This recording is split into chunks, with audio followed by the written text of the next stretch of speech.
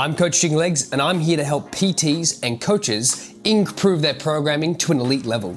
Today, I want to look at the first few steps that you need to look into just after you've done your Cert 3, Cert 4. Now, I'm of the belief that your Cert 3, Cert 4 should not be 6 months. It should be an apprenticeship where you find a mentor and work under them for 4 years or 3 years or whatever it is until you develop the skills to become your own businessman and make your own money and be an expert in programming. So that we can do that, I'm going to show you the steps that I think you need to do. Step 1, find a mentor. Find a mentor. This is absolutely crucial because mentors save you time. In this industry, the first thing you want to do is firstly, learn all the mistakes and speed up your rate of progression. And we can do this by finding mentors who can help us, okay? So mentors, I've already made the mistakes and are years ahead of where we want to be. And because of that, they can speed run our process as well by telling us the do's and the don'ts. Here's the issue. Finding mentors is really hard because no one wants to help people in this industry. Now, that is because most of us are competitors against each other.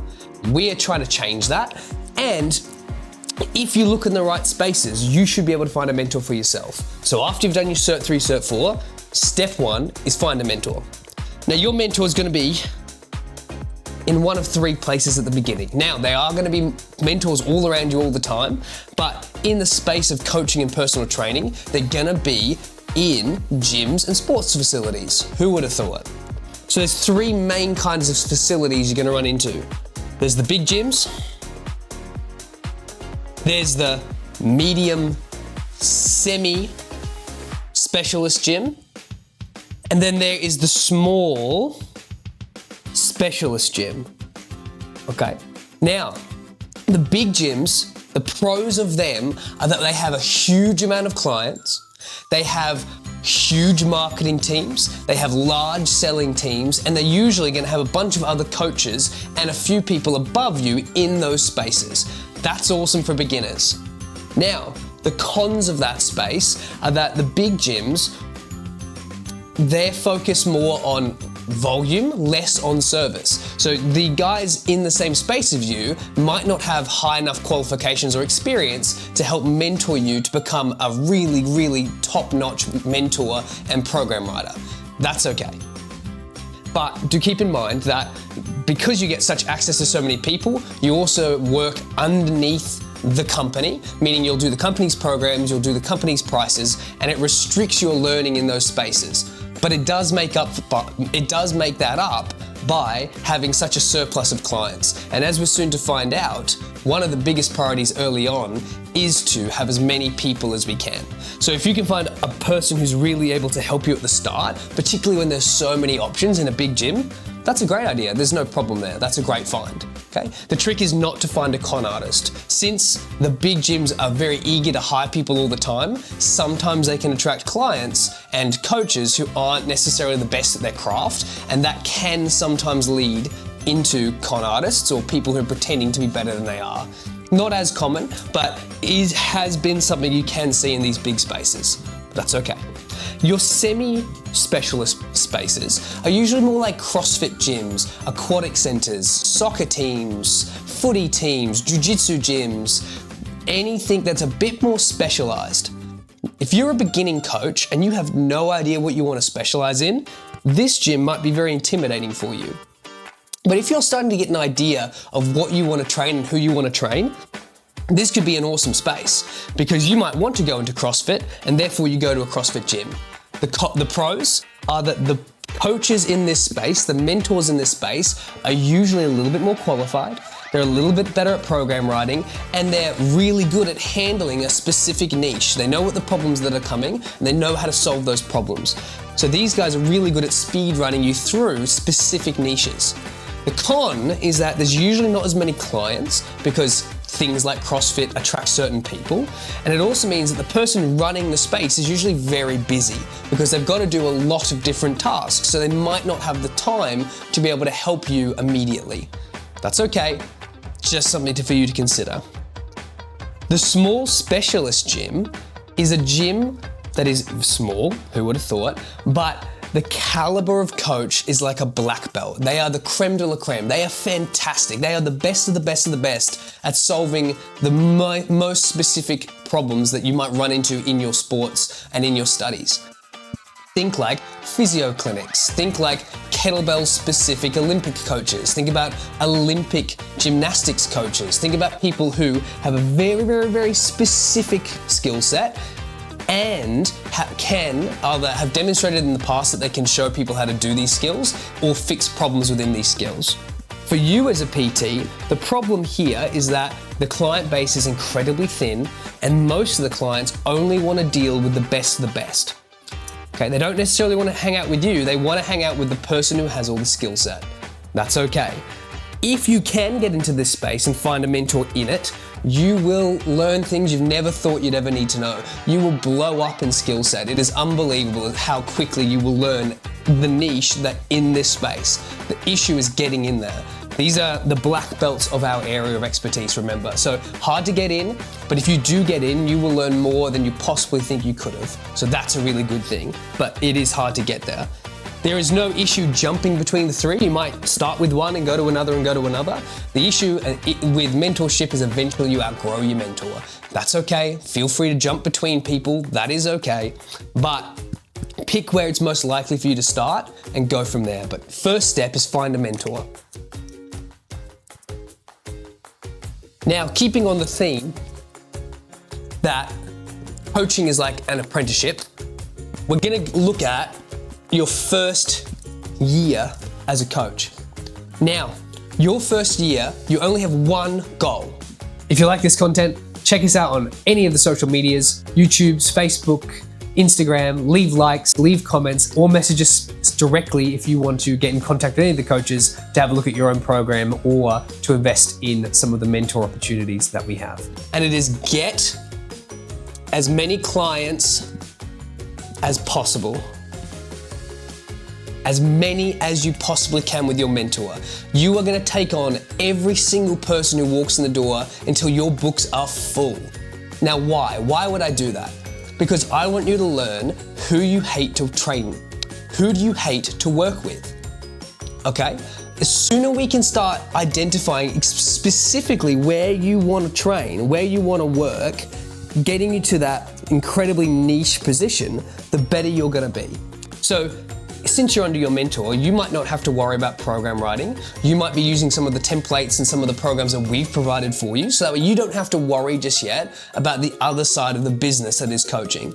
Right now, I just need you to get as many damn people in your books as possible because you need experience, you need time on the mats, and you need to learn the unlearned. Stuff that I can't show you. You've got the stuff of how to talk to people, how to stand, when to speak, when not to speak, how to cue. I want you to start hearing the regular problems. And as you get more and more skilled, isolate the teams that you like to work with more. You might hate working with kids. You might hate working with old people. You might hate working with tradies. It doesn't matter. But these skill sets will help you find exactly what you need to do and what you need to learn. That is why the first year is so important to take as many clients as you can on board as possible. You might not make a whole lot of money, but you will learn a shit ton of skills, and that's really important. Second year is where we start tailoring some of our skill sets. Second year. This year is all about the rules of 100. In this year, you've now got a better understanding of who your niche is, who the people you want to help are, and what you're going to do is you're going to start writing, not just copying templates off your coaches. You're going to start trying to understand why. You're going to start trying to learn the minutia that is program writing. And to do that, you need to write 100 warm-ups, then 100 workouts, then 100 cool-downs for 100 different people. Okay? We are doing reps. We are trying to get as many reps in as we possibly can. Okay? So that way we can start seeing the problems. The reason we didn't do this in the first year is because there's too much to understand and there's too much to learn. Now that some of the skill sets are second nature, you have the ability to start playing with the programming. This will help you get really, really efficient at program writing, which is what we want, okay? 100, 100, 100. You can even do 1,000. There is no amount of reps that you can do here that's gonna hurt you, only help you. Do as many as you possibly can, absorb as much information from the content we make, as well as content online and off your mentor, so that by the end of your second year, your programming is undeniably fantastic. Your product is as good as you can get it right now, and you can scratch off that you know most of the basics of programming in your space. You're not gonna be an expert in a year, but you sure as shit will be pretty good. Okay? Most people don't even get to this point. Now, third year.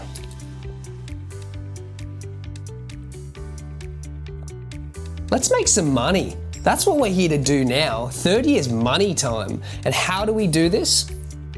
Group classes.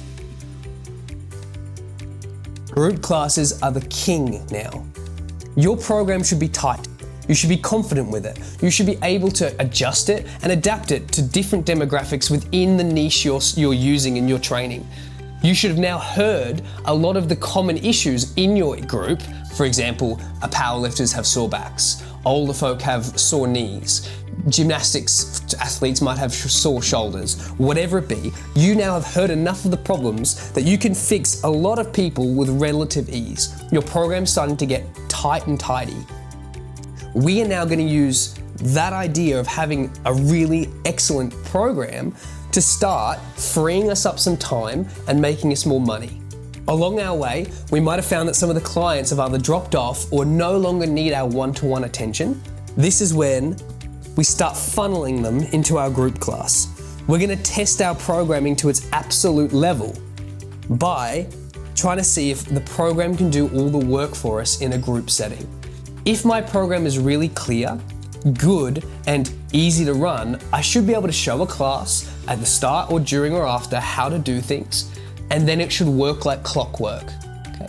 I can start funneling new clients into those spaces, into my group class, and saving my one-on-one side from higher end clients who have more niche issues that I'm trying to learn to fix. Okay? The group class is where you're gonna make your money, because you might be able to help 20 people with the same problems because you have that answer for the same issue that those 20 people are having. And instead of charging $150 an hour for a PT, you can charge $50 a week for 10 group classes and just throw 20 people in there or 30 people in there or whatever it be. And since you've done that, now you're making significantly more for only 10 hours amount of work because they're all following the same program. So this year is all about making as much money as you can and trying to make your group class or trying to make your group whatever as tidy as possible so we can start having some capital, some money to be able to put it back into us for the challenges of the fourth year.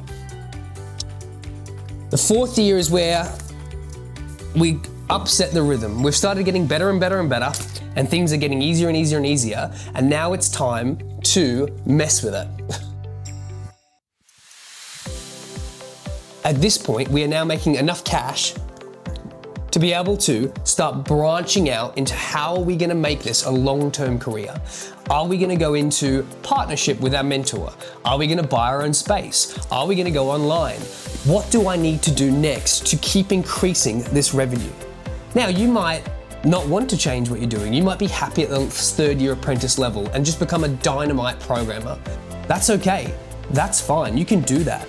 You might spend this capital on becoming a coach who can deal with the 1% of 1% issues. So what does that mean? It means if the 1% of clients you want to help, the high rollers, the people with all the cash, like the athletes or the businessmen, have 1% of issues that no one else can fix except for specialists like yourself, that might be a good revenue for you to make some extra money. In the fourth year, one of the main issues with it is we're going to start looking not at the training and programming side of personal training and coaching, but how to run a business. Once you step away from your mentor, you're going to find that they do a hell of a lot. There's a lot more to this than just programming. You need to know how to get clients. You need to know how to market, how to sell, how to do your own books, how to do your insurances, how to pay rent.